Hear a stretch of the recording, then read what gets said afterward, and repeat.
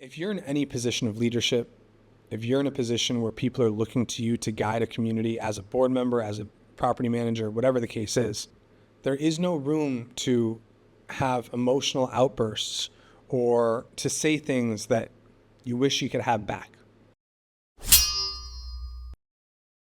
So, the question was asked about, is social media a good thing or a bad thing in HOAs and communities? One of the things that we see a lot are communities creating neighborhood Facebook groups or neighborhood chats.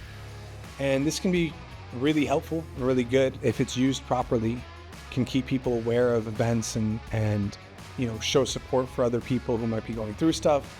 But we find also that many times it can lead to negative outcomes. People ganging up on one person or people getting in the comment section to kind of be divisive and negative. And in general, I find that people are much more negative behind a keyboard than they are in real life. We call it keyboard courage. Sometimes I'll get emails or texts that are just wild, that are off the chain. And then you talk to the person and, what they have to say in person is nowhere near as, bad as the things they put in writing. And online bullying is kind of like, it's becoming a big problem. I have super thick skin due to my line of work, but even in the comment section of a lot of the content I make, people can be just mean and nasty. So, social media can be great. It can be something that pulls a community together. It can also be something that, if misused, could be really divisive. And especially if, people get on there and start putting on their personal agendas or political issues or, whatever the case is, it can lead to a large amount of divisiveness. So we don't generally recommend it. We do have a bulletin board for the community to see on our management software where people can communicate with each other.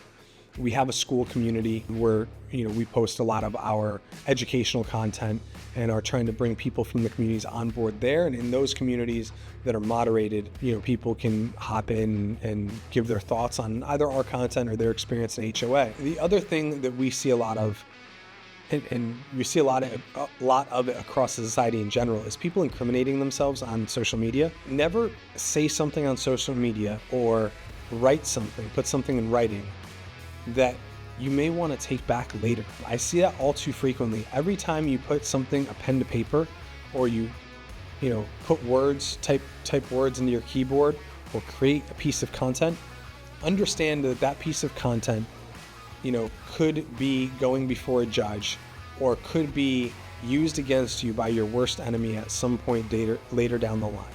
Once it's in writing, once it's on social media, once it's been put out into the ether, you can't take it back. It's there forever. And a lot of that stuff can come back to haunt any of us. So just be mindful and careful with the things we say and understand that, if there's people who don't like us out there, one day they could use that against us. And I've seen board members get themselves in trouble by putting something in writing that they should never have put in writing. It's happened to me. I sent an email to a unit owner one time that it wasn't nasty, it was just inaccurate.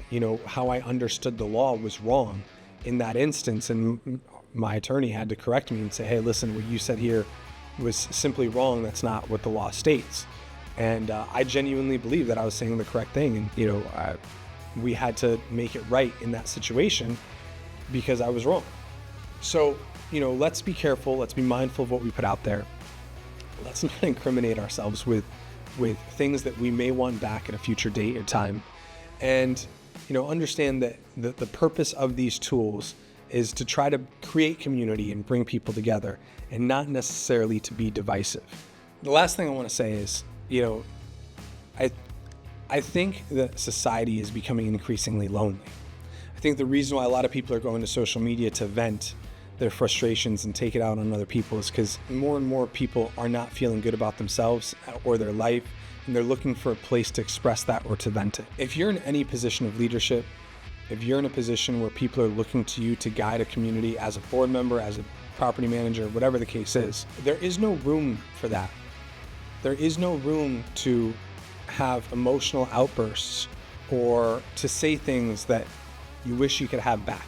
And one of the tools that I've used, and I've never regretted using it, is the delete button on a keyboard. There's times where I've written out long emails telling someone exactly how I feel about them, and I don't hit send, and the next day I go and reread it, and I say, you know what, let me edit this, and I cut it down. And then the next day I go and reread it again and I cut it down some more.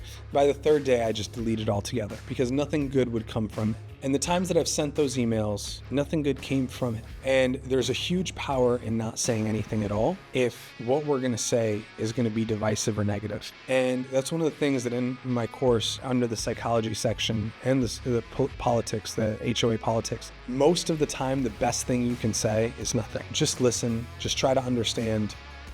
But if we have any hesitation that what we say or what we're about to put out into the world might not be received well, let's not do it. Because that stuff can always come back to bite us in the end. So that's my one cautionary tale. Do with it what you will. And for more educational content that might help you in your HOA, if that's something you're into, feel free to follow this channel for more content like this, because this is kind of what we do. We try to help people with their HOA problems. All right. Thanks. We'll talk to you later.